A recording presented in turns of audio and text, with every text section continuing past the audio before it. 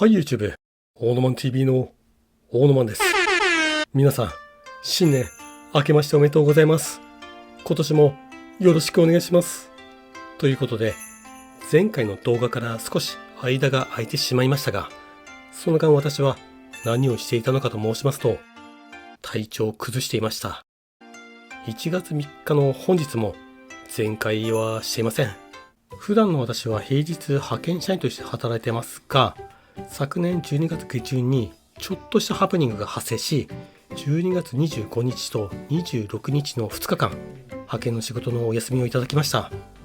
私の就業先は12月27日の金曜日から年末年始の休暇に入るため、12月25日から私はなんと13連休という超大型連休になるという結果になってしまいました。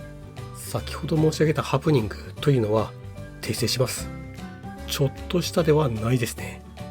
私の人生にとって結構影響のある大きなハプニングが12月25日に発生してしまいました。今年サンタクロースは私にとんでもないプレゼントを置いていきました。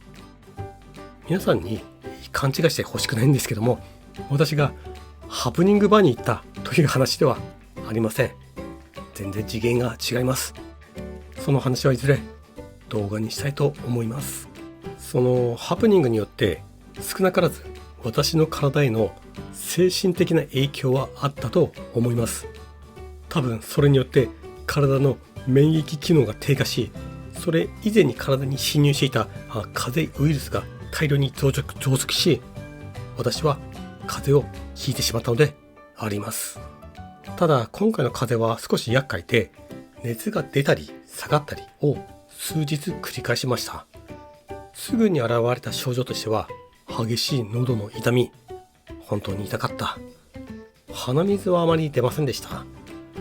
私は風邪ごときは寝れば治ると思っている人間なので、病院には行きませんでした。喉の痛みが治ってくると、次に咳と痰の症状が現れました。今回の風邪で実際まだ完治してませんけども、一番辛いのが痰が止まらないことです。食事中の方、ごめんなさい。夜寝ていると痰が溜まりすぎて目が覚めたりとか、朝起きると寝ている間に溜まった痰が大量に出てくるとか、食事中の方、ごめんなさい。私の中では緑色の痰が出るのは治りかけたと思っていたのですが、微熱がなかなか収まらない日々が続いていました。この間、私の食欲は変わりませんでした。便も普通に出てました。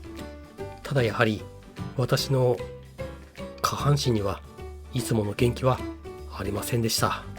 12月31日や1月1日など世間一般の皆さんが浮かれている間、今度は若干の胸の痛みが発生したので、1月2日の昨日、私はようやく病院に行くことにしました。なかなか治らないし、あと私の父親から肺炎ではという言葉を聞いて、私も心配になったからであります。年末年始になると病院は一斉に休みに入って、皆さん浮かれモードになります。ただ当番病院も一応札幌市は設定しています。ただ札幌には10個の区がありますが、1つの区で1つの病院しか当番病院にしてないから、どうなると思います？当然戦場ですよね。昨日私その当番病院に朝9時半に行きましたが、受診できたのは夜7時過ぎ。待つのも疲れますわ。基本自宅待機して、受診が近くなったら病院から電話がかかってくるみたいな仕組みになっていました。今回その当番病院の手際の悪さだけで動画1本作れますが、朝から夜まで対応してくれた病院の皆さんには感謝の気持ちがあるので、その動画は作りません。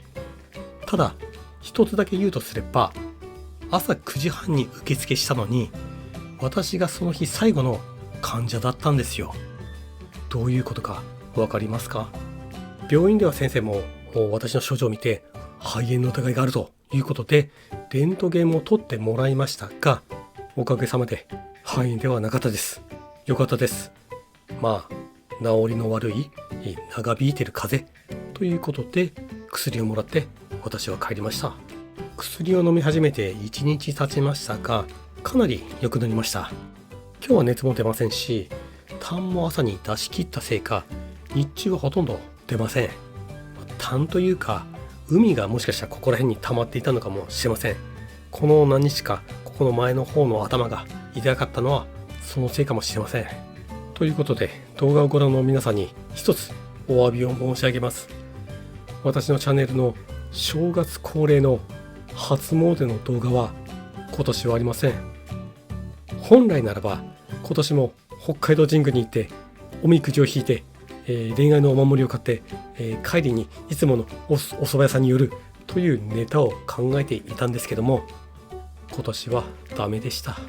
ということで2025年最悪のスタートとなってしまいましたが、今年も昨年同様私の動画をご覧いただければと思っております。それでは皆さん、ごめんなさい。